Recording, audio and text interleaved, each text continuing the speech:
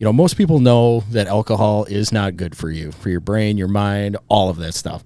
From your medical and kind of toxicological perspective, what is actually happening when we drink?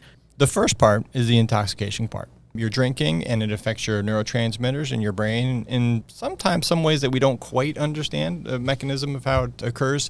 But the first part is the intoxication, and with that can come some of the rush and the feel good and the reinforcing behavior. You can have disinhibition, so you start doing things that you wouldn't necessarily do, like, I don't know, dancing or saying something, or maybe sending a text message, or there's a whole lot of different things that get disinhibited when we start drinking, right? And so you start losing that ability to make the good decisions, right? And of course, difficulties with coordination can go hand in hand, slower response times, etc. And we know how that affects the way people can drive and function and walk. And then the decisions, of course, that you make during those times, right? Like, should I say something to that person, or should I get in the car, or should I name whatever the vice is that makes it a little bit more of a reasonable thing to do, potentially, like when you have disinhibition, right? What is breaking down in this chemical? Where is it hitting in my brain to where all of a sudden I'm willing to do things that under normal conditions of non-intoxication seem, what are you doing? Yeah.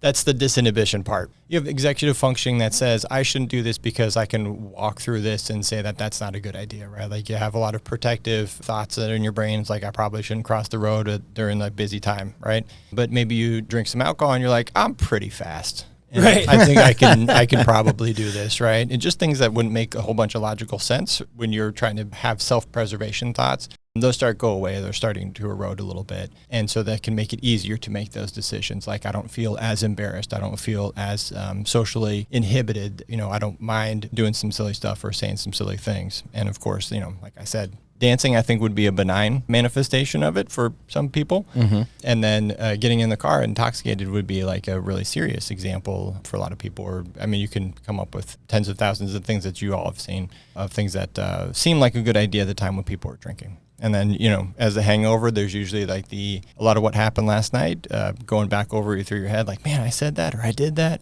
because that's not something that you normally would do, right? So it can change the way that, you normally decide to go about your life.